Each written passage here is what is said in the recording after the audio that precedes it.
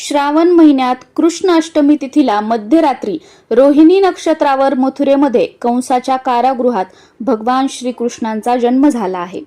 यंदा 2025 मध्ये अष्टमी तिथी 15 ऑगस्ट रोजी रात्री 11:49 सुरू होत आहे आणि 16 ऑगस्ट 2025 रोजी सकाळी 9:34 संपत आहे। श्रीकृष्ण जन्म आपल्याला 16 ऑगस्ट 2025 शनिवारी करायचा आहे आणि श्रीकृष्ण जन्माष्टमीचा उपवास सुद्धा आपल्याला 16 ऑगस्टलाच करायचा आहे। आता तुम्ही म्हणाल की कॅलेंडरमध्ये तर 15 तारखेला श्रीकृष्ण जन्म जयंती दिलेली आहे आणि जन्माष्टमीचा उपवास दिलेला आहे, मग आपल्याला 16 तारखेला का करायचा आहे? कारण की जेव्हा अष्टमी तिथी आणि रोहिणी नक्षत्र एकत्र येत नाही, वेगवेगळे येतात, तेव्हा उदय तिथीनुसार श्रीकृष्ण जन्म साजरे करतात। म्हणून आपण उदय तिथीनुसार 16 तारखेला श्रीकृष्ण जन्माष्टमी साजरी करणार आहोत। श्रीकृष्ण जन्म पूजेचा मुहूर्त 16 तारखेला रात्री 12:04 पासून मध्यरात्री 12:47 पर्यंत आहे। या 43 मिनिटांमध्ये पूजा मांडणी तुम्ही अगोदरच करून ठेवायची आहे आणि या 43 मिनिटांमध्ये बाळकृष्णांच्या मूर्तीवर अभिषेक करायचा आहे।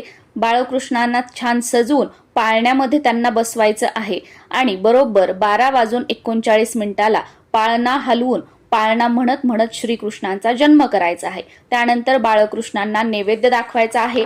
या दिवशी बाळकृष्णाला पंजिरीचा म्हणजे सुंठवड्याचा नैवेद्य दाखवला जातो, ड्रायफ्रुट्सचा दाखवला जातो, लोण्याचा दाखवला जातो किंवा कोणतीही 5 फळं वेगवेगळी तुम्ही घेऊ शकता किंवा कोणतंही एक फळ 5 घेऊन तुम्ही याचा नैवेद्य दाखवू शकता। आणि उपवास करण्याच्या सुद्धा 2 पद्धती आहेत। बऱ्याच ठिकाणी दिवसभर उपवास केला जातो आणि मध्यरात्री श्रीकृष्णाचा जन्म झाल्यानंतर उपवास सोडला जातो। जर तुमच्याकडे अशी पद्धत असेल तर मध्यरात्री श्रीकृष्ण जन्मानंतर तुम्ही उपवास सोडू शकता आणि तुमच्याकडे जर दुसऱ्या दिवशी उपवास सोडण्याची पद्धत असेल, जसं की आमच्याकडे आहे, तर श्रीकृष्ण जन्माच्या दिवशी म्हणजे 16 तारखेला दिवसभर रात्रभर उपवास धरायचा आहे आणि दुसऱ्या दिवशी 17 तारखेला उत्तर पूजा करून हा उपवास सोडायचा आहे।